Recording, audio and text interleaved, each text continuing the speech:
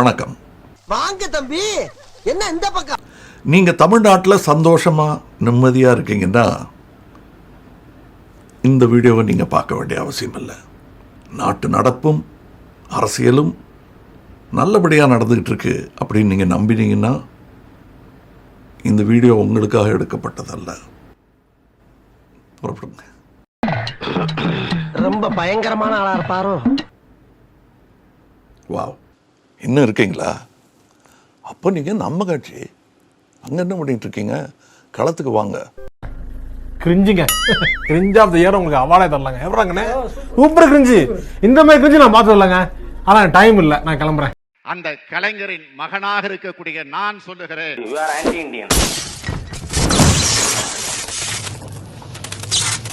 முடிவு பண்ணிட்டீங்களா? யாருக்கு ஓட்டு போட போறீங்க? குடும்ப அரசியல்ங்கிற பேர்ல நாட்டையே குழி தோண்டி புதைச்சாங்களே அவங்களுக்கா? நீ என்னடா சொல்றது? எங்களுக்கு தெரியும், எங்க அப்பா அம்மா யாருக்கு ஓட்டு போட சொல்றாங்களோ அவங்களுக்கு தான் போடுவோம் அப்படின்னு நீங்க சொல்றது கேக்குது. நான் மனசுல நினைச்சது உனக்கு எப்படி தெரியும்? நீ என்ன மந்திரவாதியா? அது எனக்கு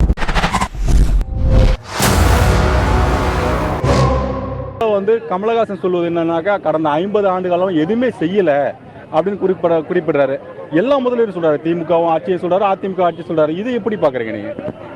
நடிகர் கமலஹாசன் அவர்கள் ஒரு மிகச்சிறந்த நடிகர், வேற ஒன்றும் கமெண்ட்ஸ் இல்லை. 50 வருஷம் கழிச்சு கண்டுபிடிச்சு சொல்றாருன்னா இப்ப 50 வருஷம் அவரு தூங்கிட்டு இருந்தாரா?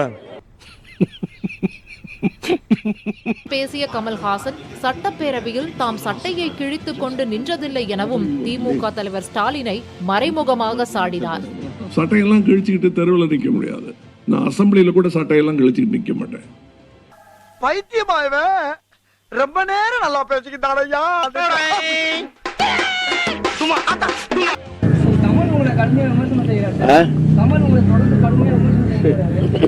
அரசியலை பத்தி பேசிட்டு இருக்கேன்.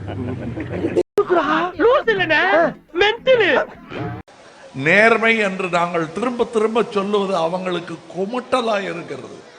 ஏன்னா அவங்களுக்கு அந்த வார்த்தையை உச்சரிக்க கூட முடியாத லெவலுக்கு அவர்கள் ஊழலில் அமிழ்ந்திருக்கிறார்கள். நான் நடிச்ச சினிமா படத்துக்கு தயாரிப்பாளரா உதயநிதி ஸ்டாலின் இருந்திருக்காரு. அவர்கிட்ட நான் காசு வாங்கியிருக்கேன். ஆனால் அது நேர்மையான காசு. அந்த காசு நேர்மையா இருக்கிறதா அந்த புரட்டி புரட்டி பார்த்து வாங்கினவன் நான். ஏன் இப்படி பாக்குறாரு? நீ போ 11 மணிக்கு வண்டி கட்டிக்கிட்டு. யாராவது தடுத்தா, அதிகாரி தடுத்தால் அந்த அதிகாரி இல்லாமல் செய்கிறேன் என்கிறாரே. அவரை வேலையை விட்டு நீக்கிறத பத்தி சொல்றாரா, இல்ல இவரை செய்ய முயற்சி செஞ்ச மாதிரி கொலை பண்றத பத்தி சொல்றாரா? எப்படி பார்த்தாலும் நீ கிரிமினல், எப்படி பார்த்தாலும் நீ குற்றவாளி. உன் பேச்சில் இருந்து உன்னுடைய குற்றங்கள் வெளிப்படுகின்றன. பொறுக்கி பெயர், நீ ஒரு பொறுக்கிடா. கமலஹாசன் மாதிரி ஒரு அறவேக்காடு என்ன சொல்றோன்னே தெரிஞ்சுக்கிட்டு பேசணும். ஏன் கமலஹாசனுடைய வேட்பாளர் இங்க பேச சொல்லுங்க பார்க்கலாம். அந்த வேட்பாளர் இங்க பேச சொல்லுங்க, தைரியமா பேச சொல்லுங்க. இதனுடைய பின்னணியில பிஜேபி இருக்கு, இதனுடைய பின்னணியில அதிமுக இருக்கு. இன்னும் என்ன நீ பைத்தியக்காரனாவே நினைச்சிட்டு இருக்கிறல? யோசிக்கிற டயலாக கொஞ்சம் யோசிச்சாவது எழுதுங்க ஐயா.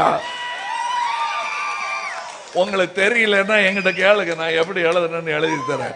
எலெக்ஷன் முடியட்டும், உங்களுக்கு எல்லாம் திரைக்கதைக்கான பாடம் எடுக்கிறேன் நான். சாத்தியம் சாத்தியமில்லாத சாத்திய கூறுகளை சாத்தியப்படுத்துதலே சாத்தியம் என்று இந்த காலத்தில் கூறுவார்கள். அதுபோல எதுவுமே சாத்தியம் இல்லாத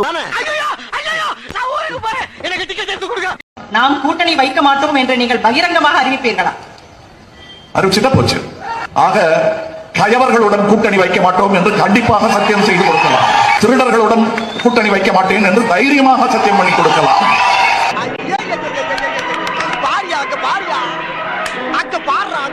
மக்கள் நீதி மையம் துவங்கிய காலகட்டத்தில் குடும்ப அரசியல் தமிழ்நாட்டையே குழி தோண்டி புதைக்கிறாங்க திமுகன்னு சொல்லி எதிர்த்து அரசியல் ஆரம்பிச்சீங்க. இன்னைக்கு உடனே வந்திருக்கீங்க. எப்படி உங்களோட பதில் என்ன சார்? நாட்டுக்கு தேவை, அதனால் வந்திருக்கிறேன். சிலர் ஆசைக்கும் தேவைக்கும் வாழ்வுக்கும் வசதிக்கும் ஊரார் கால் பிடிப்பார். ஒரு மானம் இல்லை, அதில் ஈனம் இல்லை, அவர் எப்போதும் வால் பிடிப்பார். நான் சொல்றேன், நான் யாருக்காவது பி டீமா இருப்பேன்னா அது திரு மோகன்தாஸ் கரம்சந்த் காந்தி அவர்களுக்கு மட்டுமே பி டீம். பாதிக்குது. மக்கள் நீதி மையத்துடன் திமுக இன்று ஆலோசனை. தொகுதி பங்கீடு தொடர்பாக அண்ணா அறிவாலயத்தில் பேச்சுவார்த்தை. அதனால் தான் சொல்லுகிறேன் இவங்க ஜெயிக்க கூடாது என்று. எனக்கு நெகட்டிவா சொல்றீங்க. நான் ஜெயிக்கணுங்கிறது பாசிட்டிவ், அவங்க ஜெயிக்க கூடாதுங்கிறது நெகட்டிவ். ஜெயிக்க மாட்டாங்கன்னு கூட சொல்ல கூடாதுங்கிறேன் நான். அப்படின்னு சொன்னீங்க சாரு. வர வேண்டும் அடுத்த முறையும் என்பது வெறும் ஆசை அல்ல, தேவை.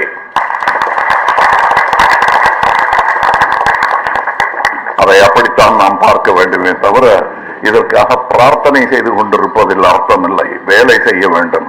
அது மக்கள் நீதி மையத்திற்கும் சேர்த்து சொல்லுகிறேன்.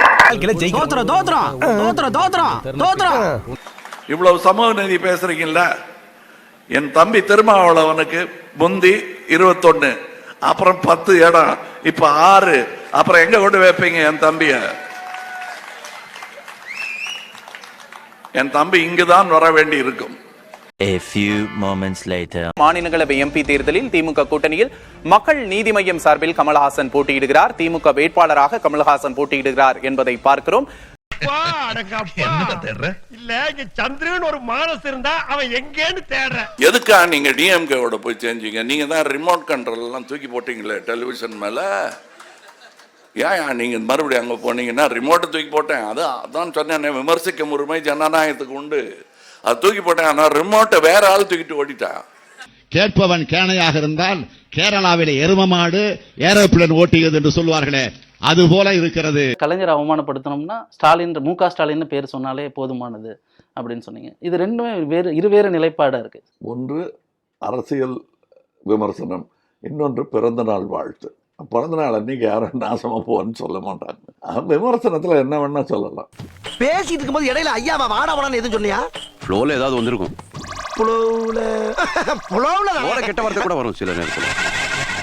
அந்த ஆள் என்ன சொன்ன? முடிவு பண்ணிட்டீங்களா? யாருக்கு ஓட்டு போட போறீங்க? குடும்ப அரசியல்ங்கிற பேர்ல நாட்டையே குழி தோண்டி புதைச்சாங்களே, அவங்களுக்கா? ஏன் என்ன சொன்ன? மக்களை குடும்பமாக நினைக்கும் தலைவர்கள் எல்லோருமே குடும்ப அரசியல் தான் செய்து கொண்டிருக்கிறார். அதுதான் தொடர வேண்டும். இதுல எதுல உண்மை? ரெண்டும் உண்மைதானே. என்னடா சொல்ற? ஆக மொத்தம் 2 குத்துனே. மூணாவது குத்து நான் குத்தவா? குத்துனே. உன் கையை தரோளமா குத்துனே. நான் எப்பவுமே இப்படி போவேன். இந்த பக்கம் இருக்கிறதுனால இந்த பக்கம் நினைக்காதீங்க. அப்படியே இந்த பக்கம் போறதுனால இந்த பக்கம்னு நினைக்காதீங்க. நடுவில் வர்றதுனால நடுவுலன்னு நினைக்காதீங்க. நான் எப்பவுமே பேலன்ஸ்டா இருப்பேன்.